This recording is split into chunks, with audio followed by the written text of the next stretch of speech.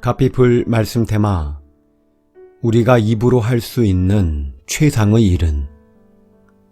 여호수아와 갈렙이 가나안 땅을 정탐했을 때 12명의 정탐꾼 중에 10명이 그 땅의 백성은 거인이고 자신들은 메뚜기 같다며 부정적인 보고를 했습니다.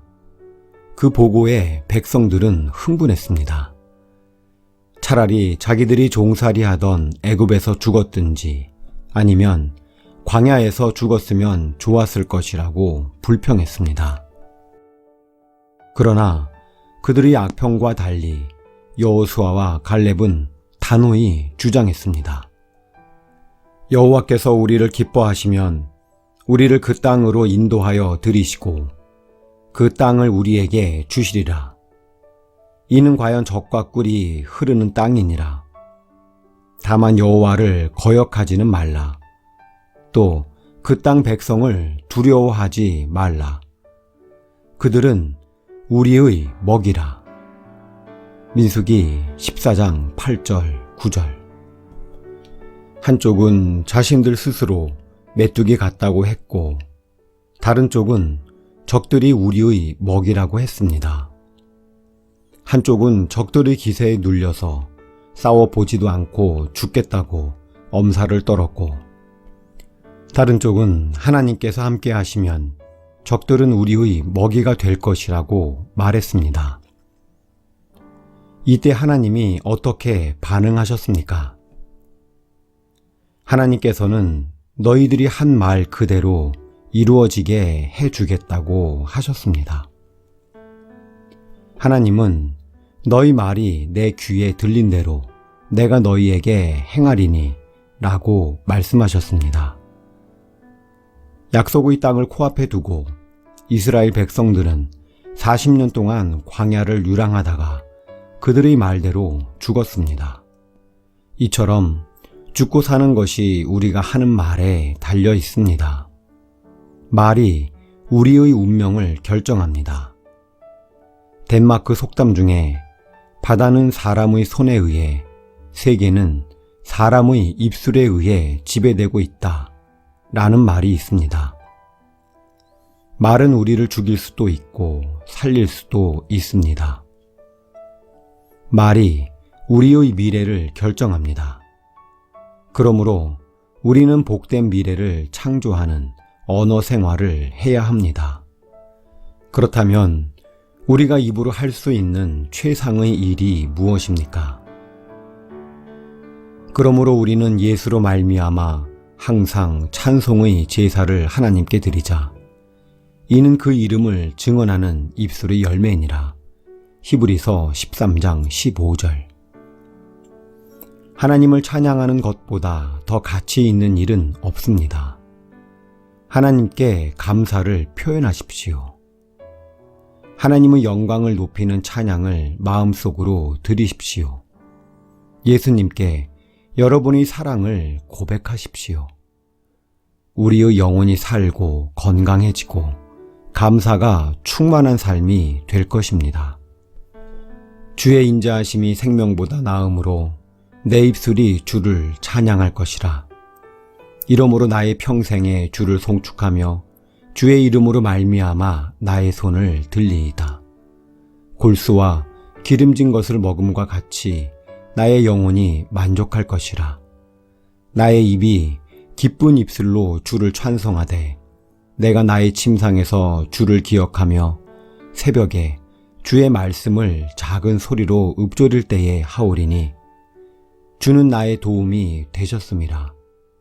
내가 주의 날개 그늘에서 즐겁게 부르리이다. 시편 63편 3절에서 7절. 시인은 광야와 같은 메마른 삶, 빈곤과 궁핍과 핍박이 있는 상황에서도 하나님의 인자하심이 가장 소중하다는 것을 고백합니다. 고통스럽고 굶주림 가운데 있지만 하나님께 찬양을 드리는 것이 기름진 것을 먹는 것과 같다고 말합니다. 우리도 이 같은 체험이 있어야 합니다. 이 감격을 느껴야 합니다. 하나님을 찬양하고 높이는 가운데 얻는 신비한 감격으로 살아가야 합니다.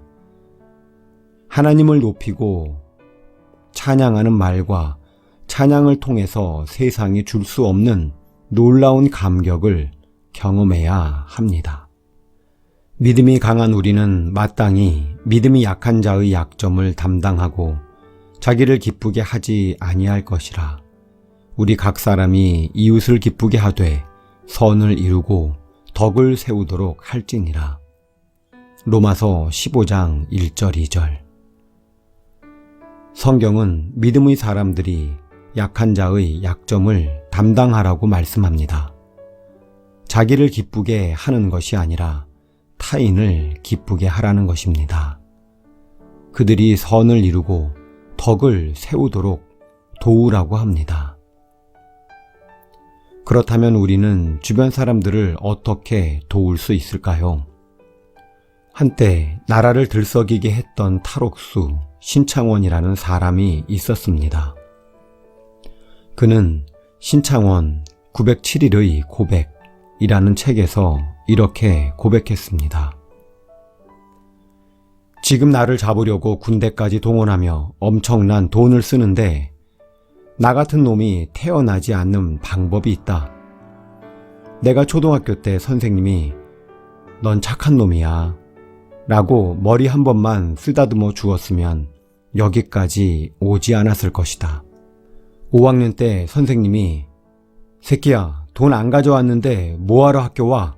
빨리 꺼져 라고 소리쳤는데 그때부터 마음속에 악마가 생겼다. 물론 범죄자의 말을 액면 그대로 다 믿을 수는 없습니다. 특히 자기 잘못을 남의 탓으로 돌린 말을 신뢰할 수는 없습니다. 하지만 생각해 볼 일입니다.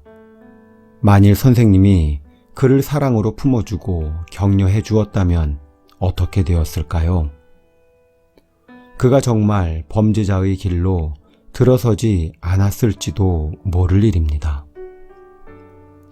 우리는 어떤 말을 해야 합니까? 다른 사람들에게 사랑을 심어주는 말, 힘과 용기를 주는 말, 격려와 위로의 말, 생명을 심는 말을 해야 합니다.